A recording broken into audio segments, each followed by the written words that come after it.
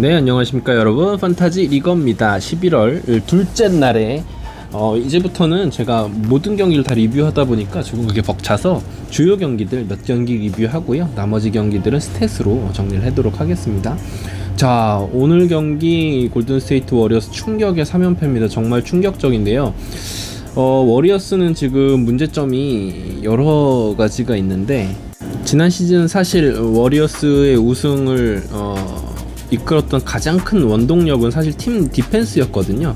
지난 시즌 팀 디펜스가 30개 팀 중에 2위였죠. 그래서 정말 강력한 수비력을 뽐냈었던 팀인데, 올 시즌에 DRTG라고 하죠. 100포지션을 수비했을 때 몇 점을 실점하느냐, 이 랭크에서 지금 현재 25위입니다. 그러니까 리그에서 25번째로 수비를 잘한다, 즉 수비를 정말 못하는 팀에 속한다는 이야기예요.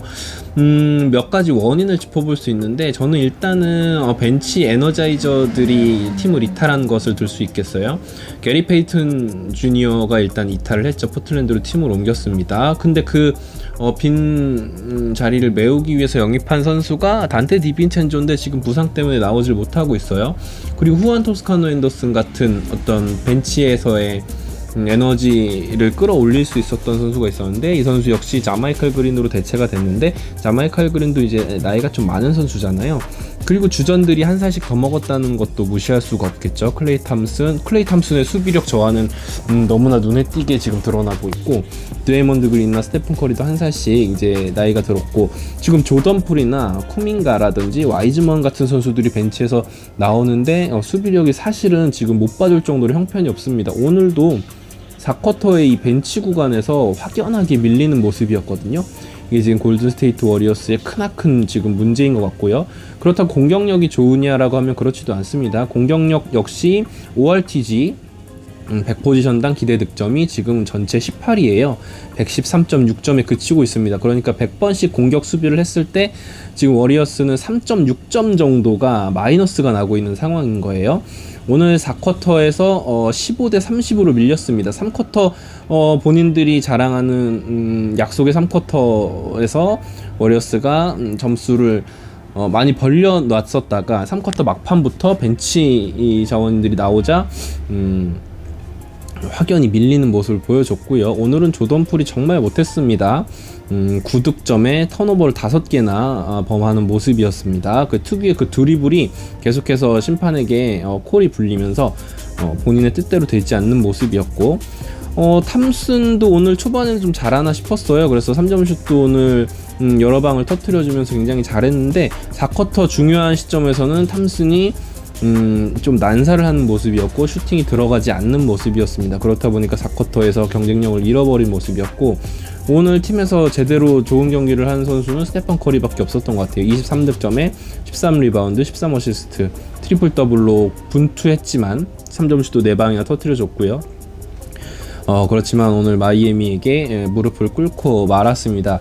마이애미 히트도 사실은 올 시즌에 수비력이 그렇게 좋지는 않아요. 이 팀이 수비로 다른 팀들을 때려 패서 지난 시즌 정규 시즌 동부 컨퍼런스 1위까지 차지했던 팀인데, 올 시즌은 수비 마찬가지로 DRTG 19위에 랭크가 되고 있습니다. 지난 시즌에 비하면 확연히 낮아진 부분이고, 공격도 23위에 머무르면서 올 시즌 좋지 않았지만 오늘 모처럼 승리를 거뒀습니다. 히트의 수비가 약해진 가장 큰 이유는 아무래도 터커가 빠졌기 때문이겠죠. 터커가 골밑이면 골밑, 외곽이면 외곽, 수비에서 정말로 멋진 모습들을 많이 보여줬던 선수인데, 이 터커가 없어지자 마이애미의 수비의 어떤 한 축이 무너진 느낌이에요. 그리고 오늘 초반에 타일러 히로가 눈 부상으로 빠지게 되었고 후반에 돌아오지 못했는데, 오늘 지미 버틀러가 4쿼터에 완전히 살아나면서 빅샷까지 터트려줬죠. 오늘 109대 112 상황에서 엘보우 지역에서 페이더웨이를 성공을 시키면서 팀을 승리로 이끌었습니다. 4쿼터에 아까 말씀드린 대로 벤치 자원의 맹활약에 힘입어서 30대 15로 앞서면서 팀을 승리로 이끄는 모습이었습니다. 베마데바요도 19득점에 7리바운드 6어시스트 스틸 3개나 기록했고요. 라우리도 중요할 때마다 3점슛을 터뜨려주면서 오늘 13득점을 했고, 벤치에서 나온 이 스트러스가 24득점을 기록했고요. 던컨 로빈슨도 오늘 오래간만에 좋은 슛감을 보여주면서 17득점에 3점슛 5방을 터뜨려주는 모습이었습니다. 자, 워리어스는 지금 이제 비상이 걸렸죠. 3연패인데 더 연패가 길어지면 안 될 텐데 다음 경기를 한번 기대해 보도록 하겠습니다. 네, 오늘 다룰 두 번째 경기는 바로 브루클린 네츠와 시카고 불스의 경기였습니다. 경기에 앞서서 제가 어저께 스티브 내시 감독을 조금 나름 제 딴에는 강하게 비판을 했는데 어떻게 된 게 새벽에 바로 경질이 됐어요. 개인적으로는 이 경질은 좀 적절한 타이밍이었던 것 같아요. 딱 시즌 초반 네츠가 성적이 좋지 않았고 또 어떤 주축 선수들에 대한 혹사 이슈가 계속해서 나오고 있는 상황이었고 번번이 지난 시즌 실패했고 그 전 시즌에도 실패를 맛봤던 내시 감독이었기 때문에 더 이상 같이 가기 힘들었던 것 같고요. 지금 보스턴에서 성추문 사건으로 사실상 퇴출되다시피 한 우도카 감독 이야기가 나오고 있어요. 사실 그거는 이제 팀 차원의 징계였기 때문에 네츠와의 계약은 사실 문제가 없는 것이고요. 2년 전에 브루클린 네츠의 수비 코디네이터로 이제 부임을 하면서 나름 그때 이제 뭐 수비가 좋지 않은 선수들을 데리고 수비에서 좋은 전술을 짜줬던 코치였기 때문에 이제는 감독으로 우도카 감독이 온다고 하면 네츠 팬들은 아무래도 기대가 되겠습니다. 사생활 문제와는 조금 뭐 거리를 두더라도 말이죠. 자, 오늘 경기를 한번 짚어보도록 하죠. 오늘 경기 이 경기 역시나 4쿼터에 승부가 갈렸습니다. 잭 라빈이 대폭발을 했습니다. 4쿼터에만 어마무시한 득점력을 쏟아 부으면서 29득점에 3점슛 5개를 터뜨려줬습니다. 그리고 아요 도슨모 선수도 오늘 대단히 좋은 모습을 보여줬어요. 이 선수 역시 공수겸장 그 모습을 보여주면서 올 시즌 확연히 성장한 모습을 보여주고 있는데요. 17득점에 스틸을 3개나 기록을 했습니다. 자, 드로잔도 20득점으로 뒤를 바쳤고요. 부세비치도 오늘은 득점에서는 조금 저조한 모습이었지만 리바운드를 15개를 사수하면서 팀을 승리로 이끌었습니다. 자, 역시 시카고 불스도 4쿼터의 잭 라빈의 활약을 중심으로 4쿼터에서 31대 19로 12점의 플러스 마진을 기록하면서 승리를 거둔 상황이었습니다. 자, 네츠의 어수선한 분위기를 느낄 수 있었던 경기였는데요. 카이리 어빙이 어저께는 정말 잘했는데 오늘은 극도로 부진했어요. 4득점밖에 기록을 하지 못했고 전반에는 무득점. 카이리 어빙이 이렇게 전반을 무득점으로 마쳤던 경기가 잘 기억이 나지 않을 정도인데 4득점에 야투 12개 중에 2개밖에 성공을 시키지 못했습니다. 아마도 멘탈적인 문제도 있겠고 백투백 경기 어저께 43분 가까이를 뛰었기 때문에 오늘 이런 경기력이 나오는 것은 조금 당연하지 않았나 싶습니다. 자, 어제 굴른 듀란트는 정말 인간이 아닙니다. 오늘도 37분을 뛰면서 32득점에 야투 17개 중에 9개 극도의 효율을 또 보여줬습니다. 하지만 팀의 패배를 막을 수는 없었고요.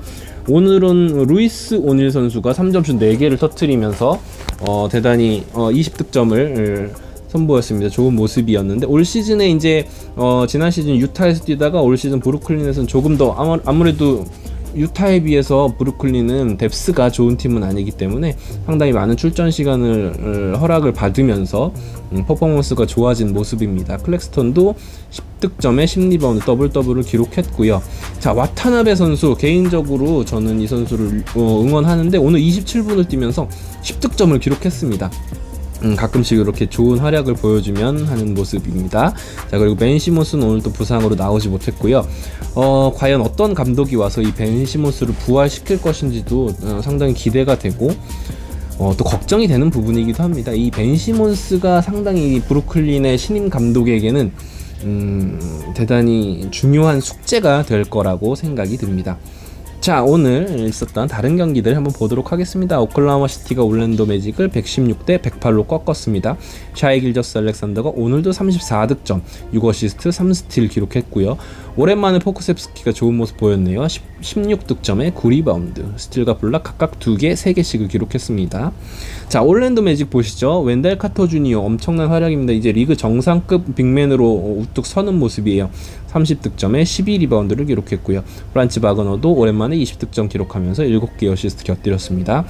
신인왕 후보인 파울로 반케로 15득점에 8리바운드를 기록했지만 팀의 패배를 막을 수 없었다는 소식입니다.